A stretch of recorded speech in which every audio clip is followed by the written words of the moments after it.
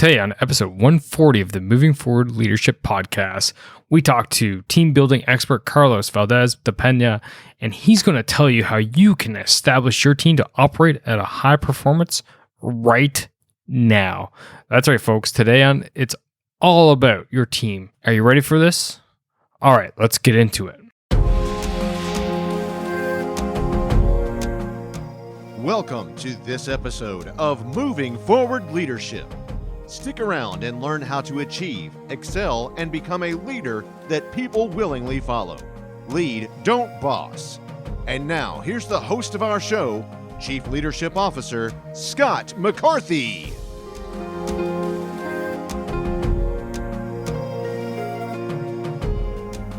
Welcome one, welcome all to the Moving Forward Leadership Podcast. It is your Chief Leadership Officer, Scott McCarthy, and welcome to the podcast where we focus on the three domains of leadership, and that is how you can lead yourself so that you can achieve that peak performance that you as the leader want to achieve, how you can lead your teams so that you can build those high-performing collaborative teams like we're discussing today, and finally, how you can lead your organization so you increase your organizational output. And here in this podcast, we couple my 20 years of military experience as a senior Army officer, smash it together with world-class experts like Carlos today, and bring you this show. As far as I'm concerned, the best show going on leadership today. And it's so great to have you here, folks. Yes, today we are talking about team building, and so important. Because honestly, without a team, you are not a leader. You have no one that is following you. Well, guess what? You are leading no one but yourself. And still, you need people to follow you as a leader. So that's why today's show is so important, and it is such a great conversation. But hey, before I jump into explaining who Carlos is, real quick, I just want to let you know something. If you want to ask me a question, if you got something that's burning in your mind and you want to see my opinion on it, you want to get my feedback on it, whatever, you can go to movingforwardleadership.com/question and easily record a question and have it sent directly to me. That's right, folks. It's super easy to do. Again, just go to movingforwardleadership.com/question and ask your questions. Who knows? Maybe I'll bring them on the show and answer it right here. And this goes a shout out to a listener, E, who even recommended this. So thanks, E. It's awesome suggestion, and I'm glad to do it. So today we are talking to Carlos Valdes-Dapena. He's a keynote speaker. He's an author. He's an organizational development professional. He's got over 30 years of experience in supporting global corporations like Maersk, IBM. He's also written 2 books on teamwork. So Lessons from Mars, not the planet, but the company, and Virtual Teams, Holding the Center When You Can't Meet Face to Face. So both books are super pertinent to today in the world that we live in. Right now, Carlos is the managing principal of Corporate Collaboration Resources, LLC, which is an organization and group effectiveness consulting firm specializing in creating and sustaining cultures of collaboration. And if you read any articles out there, and all the articles out there, they're basically saying that collaboration is the way forward. Getting people to collaborate more is the way forward. So that's why I had to bring Carlos on the show today. We talk about how to structure a team for collaboration immediately. We talk about 6 practices to build strong teams and how to run high-performing virtual teams in this podcast today. So there's so much great stuff in this show. Carlos is an awesome guest speaker, and you're going to love this show. So you know what?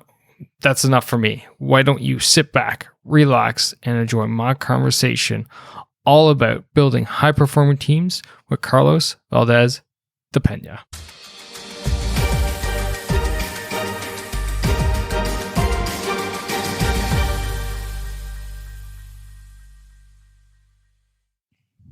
Carlos, welcome to the Moving Forward Leadership Podcast, man. It's so good to have you here today.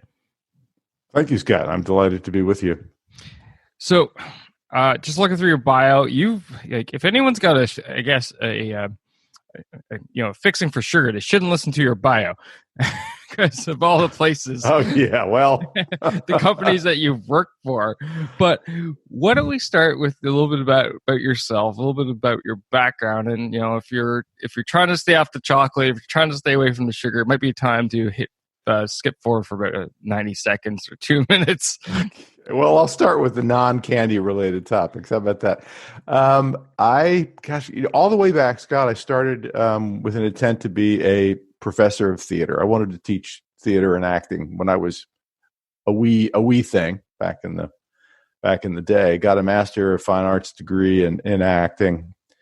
Life took some strange turns. I won't go through all of that. I ended up working in the photography business in New York City for about 10 years, which is where I learned much of what I know about how a business operates. It was a small, growing entrepreneurial firm in the stock photography business, which has changed massively since those days. But the guy I worked for was an amazing leader, mentor, marketing genius who founded an industry, really. And I was part of that for quite a while. So did that.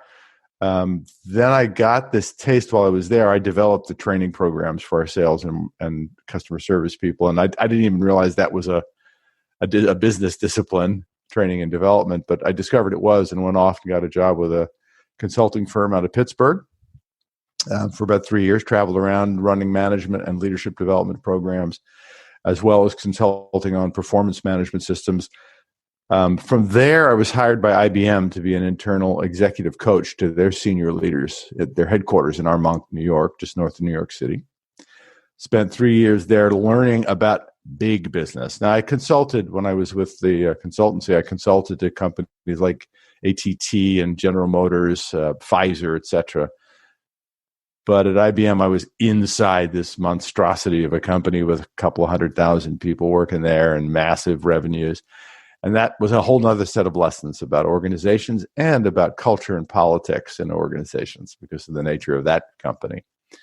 Mars, then, here we go. So put your fingers in your ears if you don't want to hear about chocolate. I got hired by Mars Incorporated. Good news was that was closer to my house in New Jersey, and good news was I could get all the free candy I wanted, as well as all the free Dove ice cream my heart desired, which you can imagine was a problem. About 2 years in, I was a little heavier. But I got hired as an internal consultant, organization effectiveness, went through a number of different definitions of my role as Mars reorganized a lot, still does, frankly. They like to shuffle things around and try new organizational shapes. And so I had different titles, but I was always doing the same work. And then around 2010, I was asked to focus on teams and team effectiveness, especially at the senior level. And that took me around the world several times, working with Mars groups in Vietnam, in India, in Paris, in Las Vegas, you name it. It was exciting. Toronto, Vancouver. I learned so much there, but the highlight was they asked me to figure out why the team effectiveness stuff we were doing wasn't working. And we were using some traditional models, so I did a little research on the teams I'd worked with, 100 or so at that point, and gained some insights into what seemed to work better than what I would call conventional team building approaches. And we can talk about that at some point if that's of interest. But I developed a framework working with some colleagues. We developed a framework for high performance collaboration, we called it. After another reorg in 2017, I was exited from the business willingly, and started my own consultancy on January 1st, 2018. Using this team framework that we developed, Mars very generously allowed me to take that technology, if you will, and to share it more broadly. It's the subject of one of my books, right? I wrote a book called Lessons from Mars that talks about how we arrived at these conclusions and how those got turned into this framework, and that has become my calling. So there you go. I live in northern New Jersey. I've got 2 adult kids, a daughter with two children, so I have 2 grandkids living not far away, and then down in Richmond, Virginia, got another daughter working down there. That's awesome. And of course, I have a wife who's sitting just outside my door here. To acknowledge her, she is also my business partner, and producer of when we do blogs and podcasts and things. So there we go. That was a long story, Scott. Oh, No, thank you it's for putting up with it. no. It's actually quite fascinating. Just so many people that come on the show and they say, "Well, I wanted to do this," much like you in theater, and you ended up in something completely different. I've had Tom Henschel on the show a couple times. I don't know if you know Tom or not. He's another executive coach, and he was like much the same. He wanted to be theater. He was actually on the good old show of Matlock. No kidding, really? He as a lawyer for an episode and everything, and now he's just this executive coach. But it's so interesting how dots connect, and there's still a little bit of a line. So his big thing is the power of storytelling in coaching and being a leader and stuff like this, and that's one of his big messages, which makes sense if you go back through his history. So that's kind of like one of the reasons why I like asking that question and straight up front, because I get to know you, the audience member gets to know you, to get to hear the interesting things that you've done in the past, and but as well gives you a little bit of street credit too to set the stage per se. And little tidbits come out because we're talking about leading virtual teams, but I'm definitely interested in the leading teams framework that you mentioned in the first place, because even to go to the virtual aspect, the framework I would think kind of still has to apply. So why don't we start there, and then why don't we go into the nuance of the virtual aspect after that? Okay. Great thought. So the foundations of the framework arose from a single insight.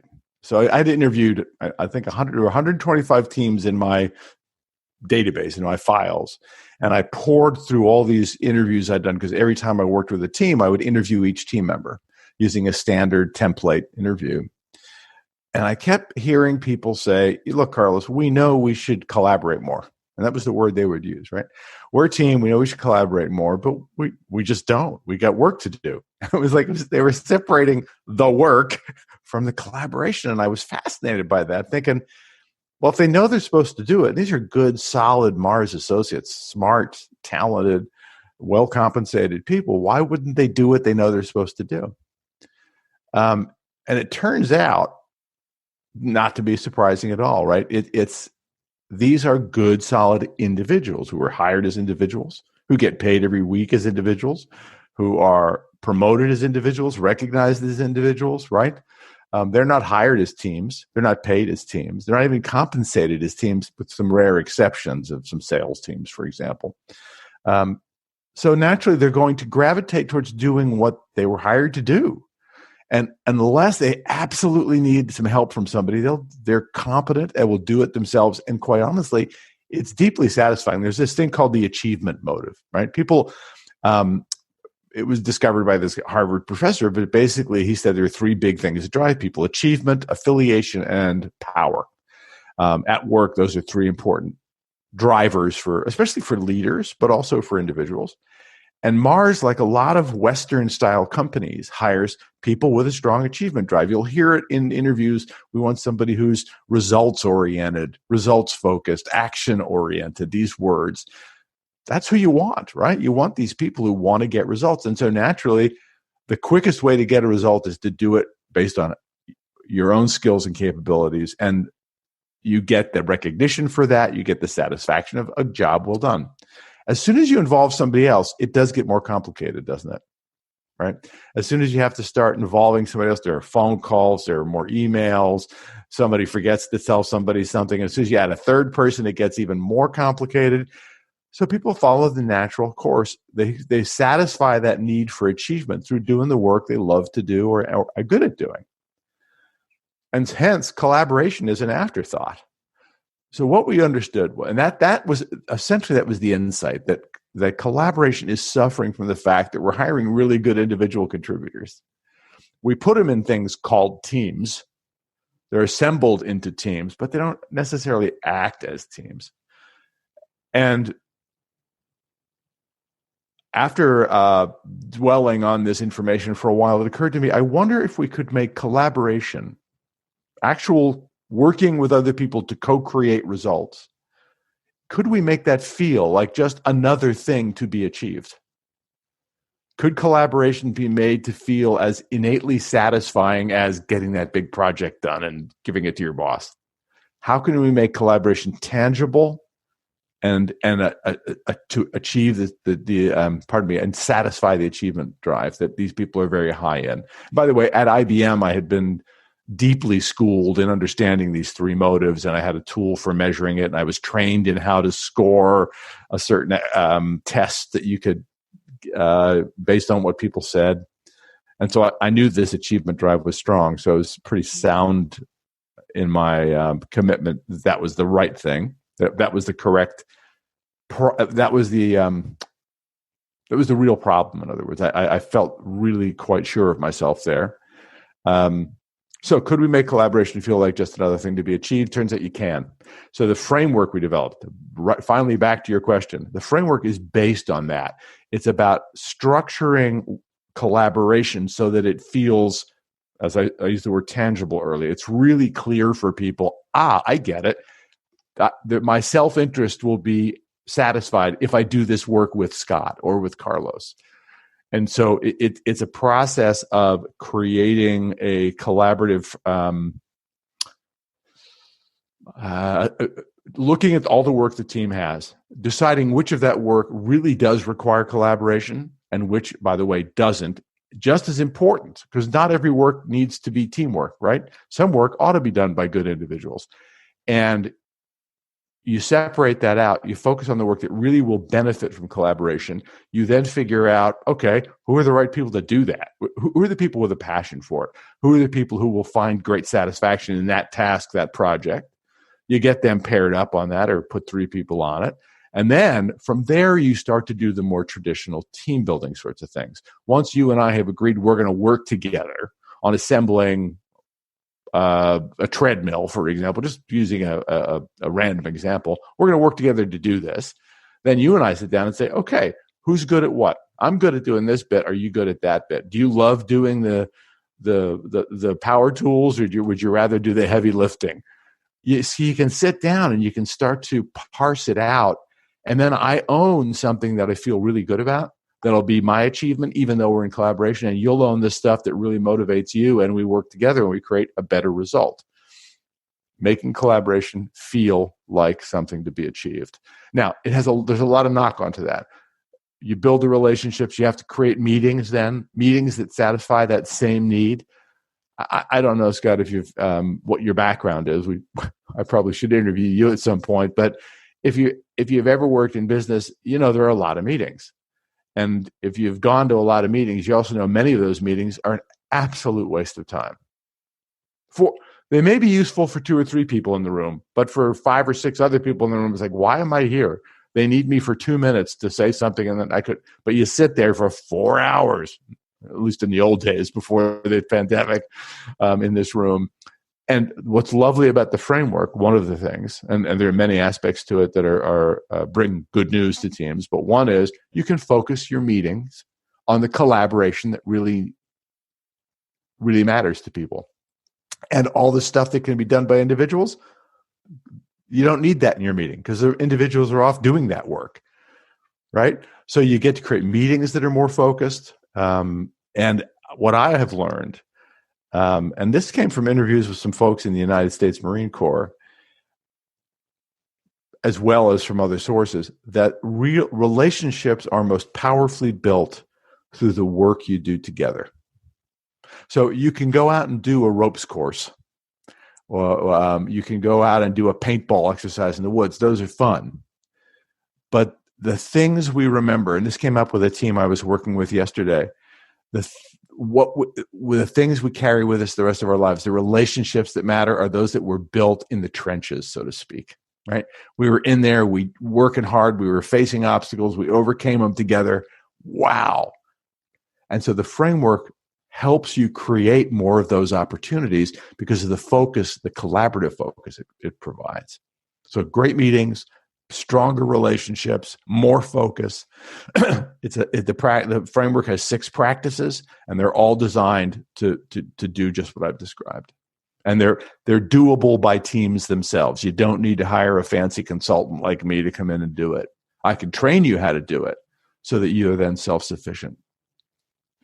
There's so much good stuff in there. I don't even know where to start to respond. Yeah.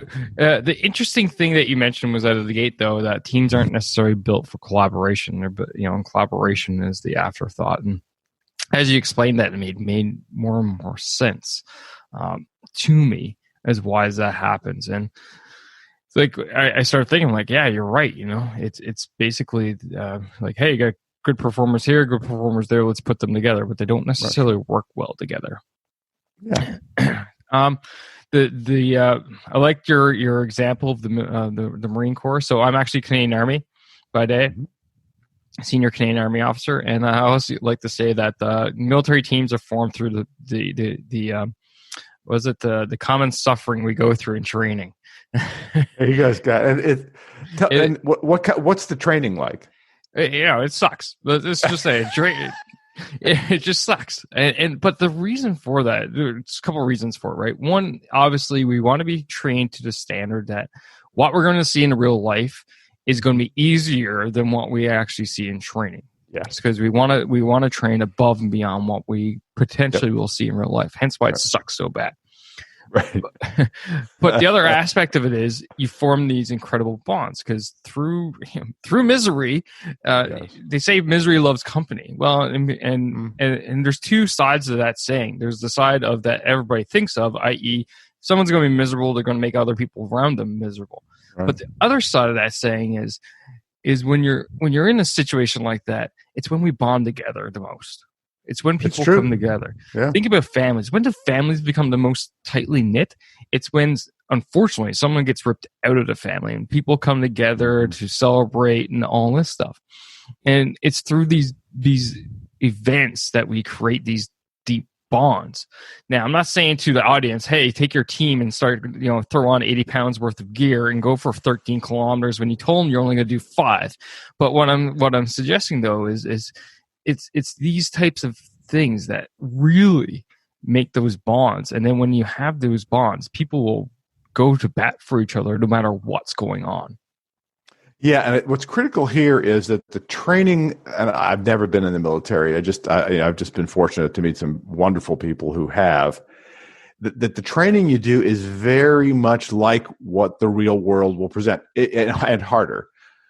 Yeah. Compare that to, imagine a finance team in an organization. You got some accountants, you got bookkeepers, you got planners, whatever the discipline may be within finance. And they go out and they do a paintball exercise, right? Where they form 2 teams and they start trying to get paint all over each other with guns that actually hurt quite a bit when they hit you. Not as much as an actual bullet, I'm sure, but they're not comfortable. That exercise has no bearing at all on what you do back at the office. True. Right? I mean, you may be working with 2 or 3 colleagues to try to win over the other side, and you may have a jolly good time at it. But how does it apply to what you need to do when you go back to the office to close the quarter and get the numbers to the senior team who's going to be making investment choices, right? It has nothing to do with it. And that disconnection is why conventional team building doesn't deliver the goods. Right. Whereas military training is very much about, you got to be able to do these things, and we're going to put you through a super rigorous training to be able to do those things. So it's whether you're doing Myers-Briggs reports with each other or ropes courses, you name it, all interesting, all have some benefit, but they don't supercharge collaboration, which is what I'm interested in doing. Mm-hmm. And the framework is designed to do. Right. So with that, you mentioned there were 6 exercises that you have in the book. Can you give just a quick teaser or taste? Sure. Yeah. So the 6 practices they're kind of clustered. The first set of practices are about developing the clarity you need to feel like the collaborative work is real and meaningful for you. I talk about clarity. That clarity is delivered in 3 practices. The first one is about understanding where the team fits into the bigger organization, getting a really clear picture about the value your collaboration will have to the bigger organization around you and to your customers if you're working with external folks, right? Or to your partners. So I call it clarifying context. What is the value expected of our group, okay? Then you look internally. This is about purpose, team purpose.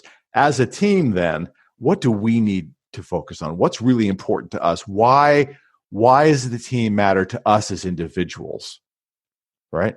Because together we can do these things that will deliver value to those other people. Clarify context, then create an inspiring team purpose based on that. And then you clarify the work. So if that's our purpose and that's what people expect of us, what are the projects, initiatives, etc., that will deliver the goods? Yeah. And we divide that into 3 levels. And this is one of the critical exercises. I have an article coming out in Fast Company in the next couple of weeks on this exercise. We call this the radar screen. And the idea here is to look at your body of work, the specific initiatives. Here we don't include the routine work like doing expense reports or anything that is just done in the normal course of business. It's the projects and initiatives that are meant to advance the business, right? Which of those will require the total team to be involved? Which of those will require subsets of the team to collaborate? And which of those pieces of work can be done by individuals? 3 degrees of collaboration. We typically look for teams to focus total team collaboration on just a few things. You don't need everybody around the table on every piece of work. Maybe it's 3, maybe it's 4 really critical pieces of work that require cross-functional knowledge and ability. The next, we do this in 3 rings. The radar screen has a center ring, a ring outside of that, and then a third ring. So the center of those 3 concentric circles is total team. Second ring out is subgroups, specific initiatives and projects, and who will be assigned to each. And then the outer ring is all the stuff that can be done really efficiently and really well by individuals. That exercise is game-changing for most teams because they realize, holy cow, all those posters on the wall that keep telling us to be good team players and do teamwork all the time, we don't have to do teamwork all the time. We only have to do it where it's going to add value. So there you go. You've got your context in the outside world. We've got a team purpose for us. We know the work that's going to deliver on it. That sets the table. Then we go into what I call building intentionality. This is about, okay, Scott, you and I have agreed we're working on project X together. As we discussed earlier, right? Maybe we're building something, maybe we're creating something. We sit down and we start to contract around that. Who's going to do what? How are we going to do it? How do we like to work? So that piece is all about the relationships and the work. And we call that, in my framework, I call it cultivate collaboration.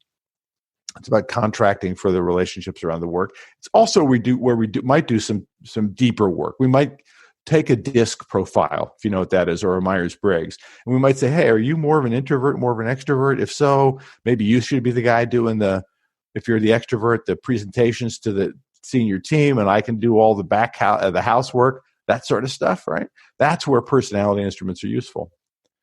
Next, you have to say, so how, as a total team, how will we work together?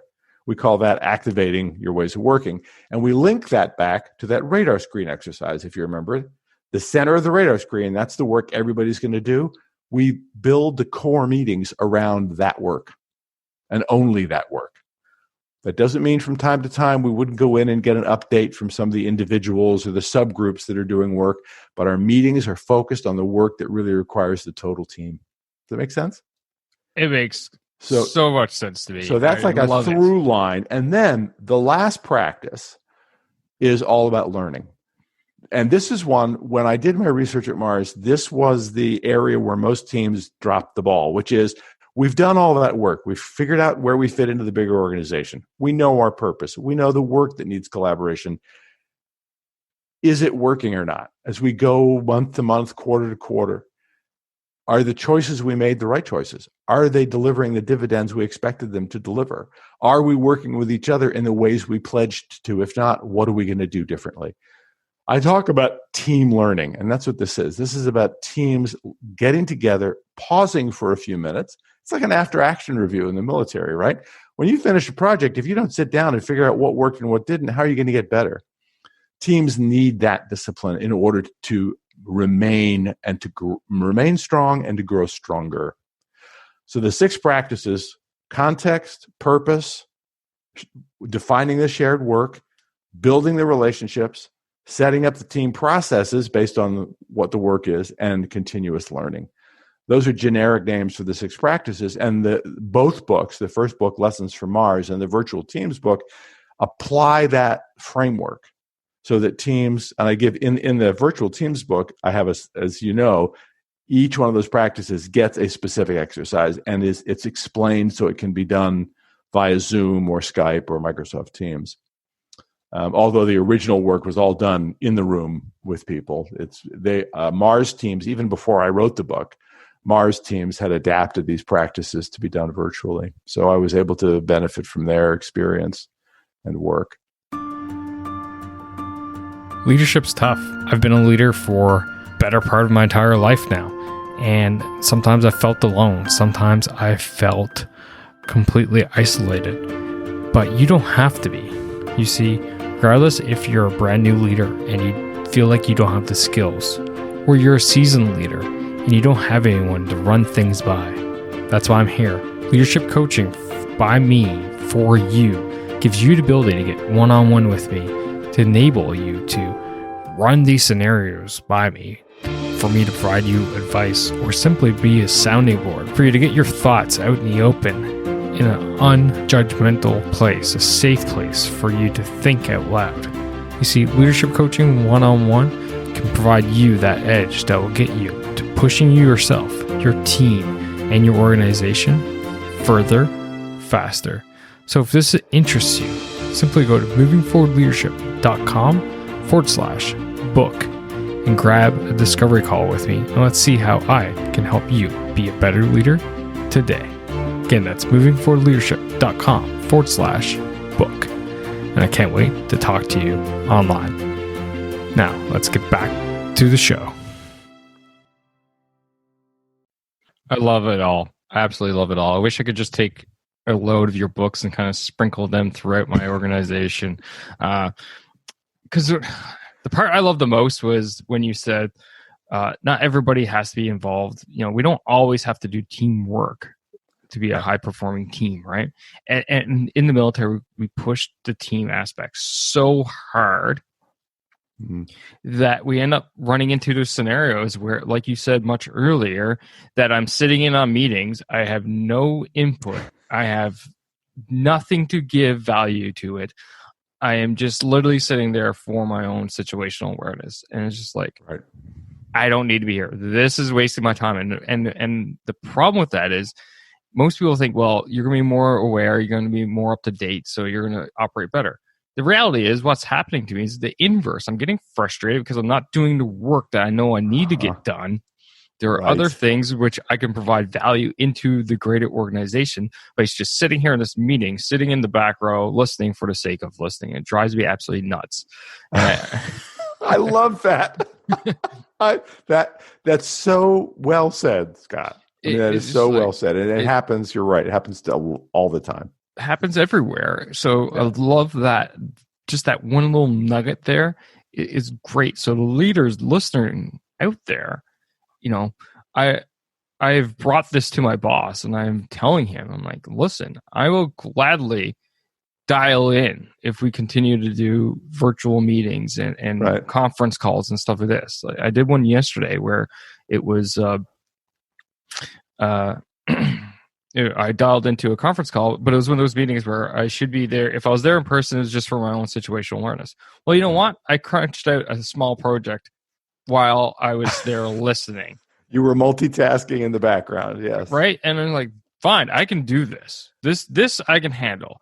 But me losing that time just to sit there is a no-go. So I'm telling my boss this. And for the listeners out there, look at your meetings. Look at what you're, telling your people that you need to do. Look at what you're doing and spending your time. And if you're not providing value, then you need to ask your question, like, why is my people there in the first place? Yep. At Mars, one of the last projects I worked on, we did a study based on, it came out of some work McKinsey had done, and we were looking at how much time people spend in meetings. Studies like this have been done repeatedly over the last several decades. But the bottom line, people spend too much time in meetings. That's the assessment. And it's not that the meetings aren't important for some people. Some people should be in those meetings, but a lot of people don't need to be. And so we were encouraging people, when you get the meeting invite, just respond with, okay, what's the value you expect me to add to this? And what value do you expect I will get from it? So the situational awareness term, right? Yes, I understand that exactly. People say, well, you need to know this stuff, so you should be there. Send me an email, put it in a one-page memo. I could get it that way too. So situational awareness isn't enough. You have the other way as well. How will I contribute value to the conversation? If I won't, I'm going to decline the invitation and ask that you send me an update of what the outcomes were. So that's how we were encouraging people to think about it. You're going to get something, you're going to give something. You got both, go to the meeting. If not, you could probably use your time better elsewhere working on a project that needs to get done. And you can get the information in some other form. And let's face it, in the world we live in, we can get information 950,000 different ways, right? Doesn't take a lot and doesn't take a long time. No. Now, earlier you talked about how you took this framework and you took these practices and you moved that to the virtual context. And right now, the world we're living in, this is being recorded mid-early September, probably going to get released around November timeframe. We're still in the middle of the COVID crisis. We're still in the middle of a lot of people working from home, a lot of people dispersed, all this stuff. So let's start looking at it through that lens, shall we? And how are the principles, are they the same? How do we transpose them from working together in a physical location, and how do they go to working in the virtual world? So I think the foundation for the book is the experience I've had that when teams work virtually long term, they start to lose what I call their center, right? Because they're not in the same room together. So that which connects them is weaker and becomes weaker over time, right? One of the recent studies have shown that productivity has increased tremendously during COVID. Why is that? It's because people are left alone to do the work they were hired to do. They don't have people walking up to them and bothering them. Meetings are somewhat more of a pain to create. Also, most meetings are shorter now because full-day meetings via Zoom are just grueling. Even 2-hour meetings by Zoom are tough. So productivity has gone up anywhere from 37 to 40% because individuals are allowed to do the work they do. Awesome. Love it. But that also suggests that the sense of team is diminishing. What is it that bonds us? So those first 3 practices I talked about, clarifying context, identifying your shared purpose, and identifying the shared work, those are absolutely crucial for teams who want to form what I call a team identity. They want a strong center. They want a sense that our togetherness is meaningful, important, and has impact. You get that by reminding yourselves, here's the value we're going to deliver to the organization. Here's the value we see in our working together, team purpose, and here's the work that brings it all together. That's where the book came from.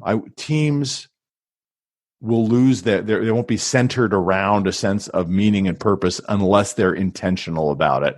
And so the first 3 practices are the basis for creating that kind of connectivity through shared meaning and shared identity. And some recent work done in the UK suggests that teams that have a strong sense of shared identity outperform those that don't. And that's why, so in the book, the first several chapters are about create that shared sense of identity and purpose, and then we do the other practices after that. Then do the relationship work, then create your team processes that are well aligned to your sense of purpose, and keep on learning. And that's how it's adapted, right? Because that center is so important when you can't be together. Yeah, I definitely can see how that fits in and flows and how important it is. So keeping that center, keeping that shared identity there and focusing in on that. As you said, it's really easy for virtual teams to lose that because everybody's dispersed. We're at home, you could be in totally different cities, different countries even, all this. So how do we go about keeping focus on that? Is that, reviewing the mission statement every time you jump on a meeting or reviewing the project plan? Or that's a great question. How do we keep focus at that so that it doesn't that we don't start to drift from there and then have Yeah. all the ripple effect problems that go with it. So I think that the traditional methods, whether they're in the same office or working remotely, of putting your purpose or mission up on the wall, or having that be the first slide that's shown at all your meetings, those sorts of things, people start to just glaze over, right? Because, oh, here comes the purpose statement again. I have found the most effective way is you create a purpose statement that is short and sweet. I actually have a number for this: 11 words, not more. Something people can recite and just internalize easily. So it's got to be your purpose statement, which is, again, that's that piece that here's why we believe our collaboration is important and will create value. The why of our team. If you make that powerful and easy to recall, you don't lead with it. You actually back stuff up with it. So let's say we're debating a piece of work, right? Here's this project that they've just dumped on us. We're not really sure if, first of all, we even should be doing it. But let's just, for argument's sake, say, yeah, we've decided nobody else can do it, so we got to do it. The way you inform that conversation is, does that piece of work align with our purpose? Is it aligned with the thing we said we were committing to as a team? And does it help us meet the needs of our internal customers and external customers? Is it aligned with the context that we defined? You use these things as tools, as filters to get the work done, rather than force feed people these things and hope they stick. It's super pragmatic, Scott. It's not pie in the sky. We want to be the most fabulous R&D team that was ever created on the planet Earth and change the lives of everyone. It's not. It's, here's the value we can create through collaboration. Does the work align with that value? Let's have the debate around that. Is it purposeful or is it not purposeful? And if it's not, we got to say no, or we got to find some other way to get it done, right? That's how you do it. You use these things as tools. Does that make sense? It does. It definitely does. I like the part where you discuss backing it up with, your reason that or your purpose or whatever. Yeah. I like that because it kind of solidifies, like, oh, this is what we're here for. This is what what we do. And there's so many different ways to do that. I often like to talk about when I was a squadron commander. So for 2 years, I commanded a squadron of 200 military members. And at Christmas, I would get pull stats, all our KPIs. And the squadron is divided up into 3 different subsets. So one was a maintenance troop, one was a transport troop, and the other one was a supply troop. Okay. And I would pull our KPIs. How many vehicles do we fix? How many weapons do we fix? How many hours how many kilometers we driven? How many contracts do we establish? How much money we spend? All these different things. And it would drive. The first year, it drove people nuts. Like, why are we pulling all these stats? Like, leave us alone, boss. Just like, and then right before Christmas break, I brought them all into this big auditorium. I said, all right. I said, I've been pulling stats and all this stuff, and I know it's annoyed the crap out of some of you folks. I'm like, here's why. All right, transport, stand up. And I would go through all these different KPIs with them. And I said, this is what you did this past year. Because when as a big team, you don't necessarily see what all the work of all the small little teams are doing that comes together in the end. And I was just driving all this home to them. And I'm like, this is what we achieved. And this is how it relates to our mission and our purpose in here in the base. This is what we've actually done. And that was basically it, putting that purpose behind, our mission behind all this that we've done in the past. And after people are like, wow, I never even thought of it that way or anything like that. Now, the second year, they caught on pretty quick. Like, oh, here comes the stat spiel coming up soon. Right. But yeah, that's what I like. And if we keep our purpose, our mission in the back as the supporting to what we are thinking about doing or asked to do, then it brings us together. Like, oh, I got that part, you got this part, and now we understand what we're doing and why we're doing it. Yeah, there's an added benefit, which is none of us has too little work to do, at least in my experience. I never talk to anybody of my clients who says, you know what, I wish I had more on my plate right now because, gosh, I'm bored. I don't hear it, right? What I hear is, help me figure out what I could say no to. One Right. of the expressions we'll use is that when you look at a piece of work, be ready to say either not now or not us. So it's a piece of work that has to get done, but if you want us to do it, we can't do it now because we're overloaded, or it's not ours to do, not now or not us. Those are perfectly responsible answers, but you need to be able to back it up with something. How do you back it up? It is not aligned with our stated purpose, and it's not aligned with the value we promise to the organization. So either not now or not us. And it's liberating. I mean, it is liberating for teams to be able to once in a while say no, just like it's liberating for people to say, I'm not coming to your meeting because I don't really think I can contribute anything, right? Right. It's the whole framework, and it's wonderful to hear you respond to it because that's what I love hearing. Wow, that's so helpful. I could certainly use that idea with my team. Great, it's very practical, and that's the idea. No, I definitely love practicality. I love it, and especially when I love theory too, but I love practicality, and when you see it backed up by some theory, right? Now, one of the things that people complain about, I hear it all the time in my line of work, is that you don't establish the relationships through virtual teams. You don't have these camaraderie. You don't have these sidebar conversations or talking. I feel like you're going to dispel that, or you can totally dispel it. So to me, like, is that a legitimate argument against having virtual teams, or is there something to it? I think there is something to it. There's a lot you can do, first of all. So let's start with the positive. Especially if you've done the background work that says, why do we exist as a team? What's our value proposition as a group? Who do I need to be working with around what important work? And we can strengthen our relationships around the work rather than just generically. On the other hand, there was an article, I just shared it on LinkedIn the other day, that companies are trying to emulate the water cooler.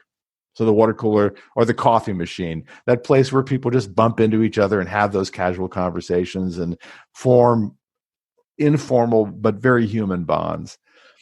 There's some interesting technology out there, but at the end of the day, and I can't remember who I was talking to recently, a colleague, we're social creatures. And it's not just about being able to speak with each other. Touch is a foundational human need, whether it's shaking hands or a pat on the back, right? Or the hugs some people like to give. One has to be careful in this day and age. We don't want to offend anybody or be considered inappropriate. That's valid. But from the time we're born, right, we are social, and touch is foundational in our formation and becomes a part of us. Not being able to at least be close to each other physically, even if we don't touch, is, I think, not human and not ultimately not good for us. The chairman of Netflix came out, or president of Netflix came out just the other day and said, there's nothing good about remote working. I mean, that literally said it that way. There's nothing good about it. I disagree with that. I think there's some brilliant things about it. The increase in productivity I mentioned, the innovation it's forced people to come up with, how do we get stuff done in this enforced way of working. So there is much good about it, but at the end of the day, we need each other. And I think that work, I'm a believer that human beings also need work. They need to feel productive. We as a species need to put stuff out there, whether it's making dinner for our kids, building a shed that goes in the back of the house, working on my old English car, whatever it might be. We need to feel like we're having an impact on the world around us. So we work, so we do stuff, even if that work is a hobby. Put that together with our need to be social, and that's the workplace, right? That's the ideal workplace where you can get both needs met. I can achieve, I can be with others.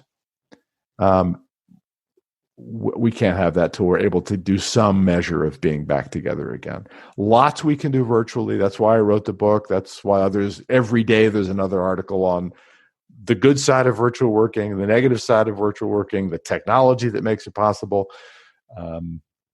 We got to deal with it, and we're dealing with it. I think there's some brilliant solutions to making this work.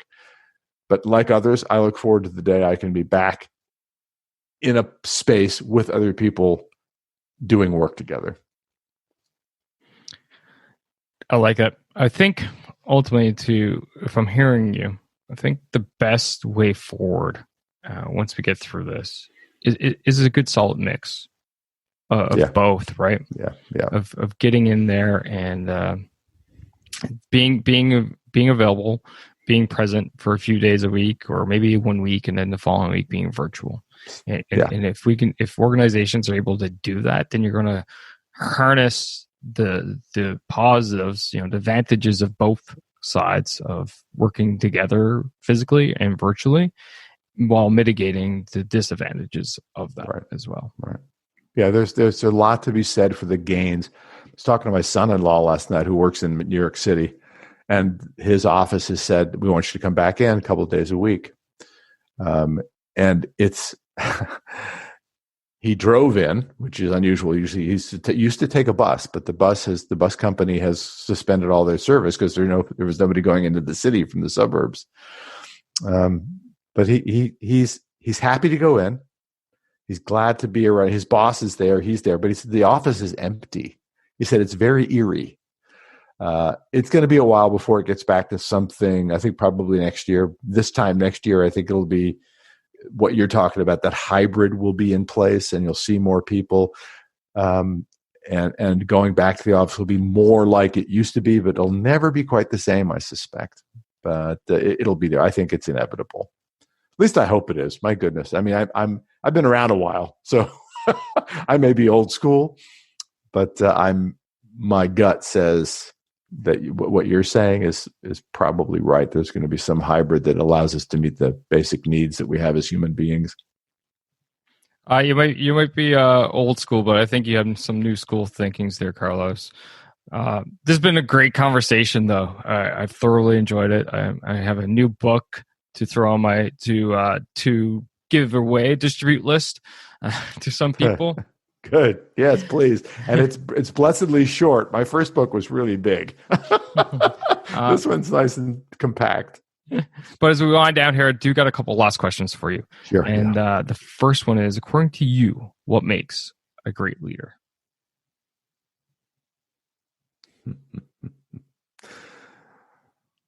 Give me a moment here. You can edit out the silence while I think about this.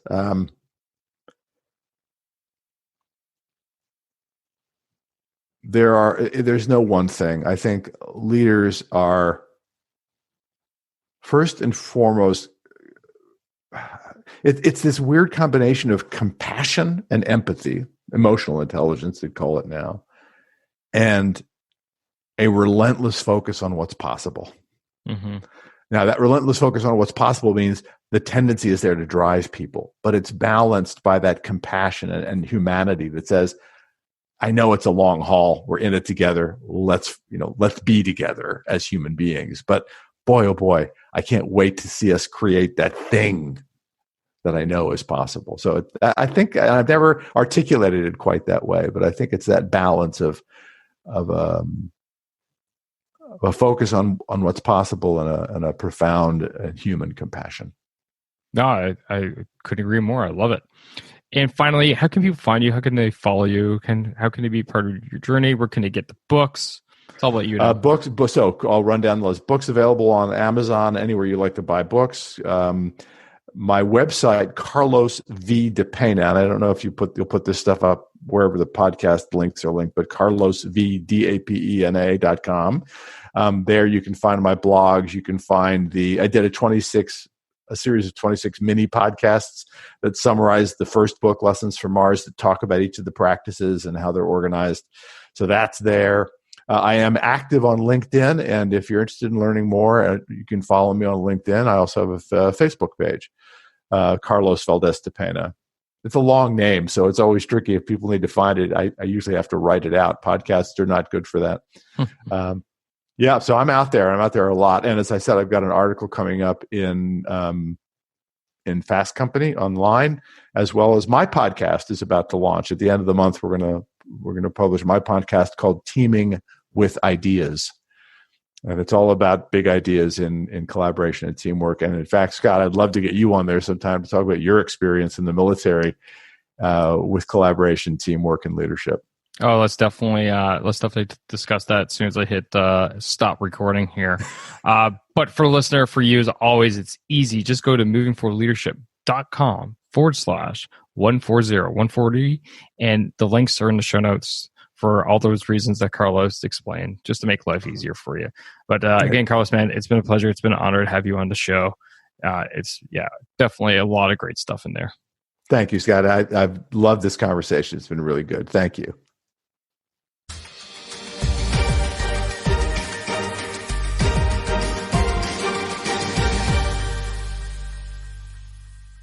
All right, that's all I got for you fine folks today. I hope you enjoyed the show. I hope you enjoyed the interview. And most importantly, I hope you got something out of it. And if you did, remember R squared, S squared, right? Rate and review the show so that it gets a little bit noticed, a bit more. But most importantly, I can help more people, because that's what I'm here for. That's what my guests are here for, is to help more people become better leaders and not being bosses, right? So remember that. R squared, rate and review. S, share the show. Share this show with someone who you think can relate to the podcast as a whole and today's topic. And then finally, subscribe. Subscribe so that you never miss another episode. And you can do that via your podcast playing app of choice through movingforwardleadership.com/subscribe.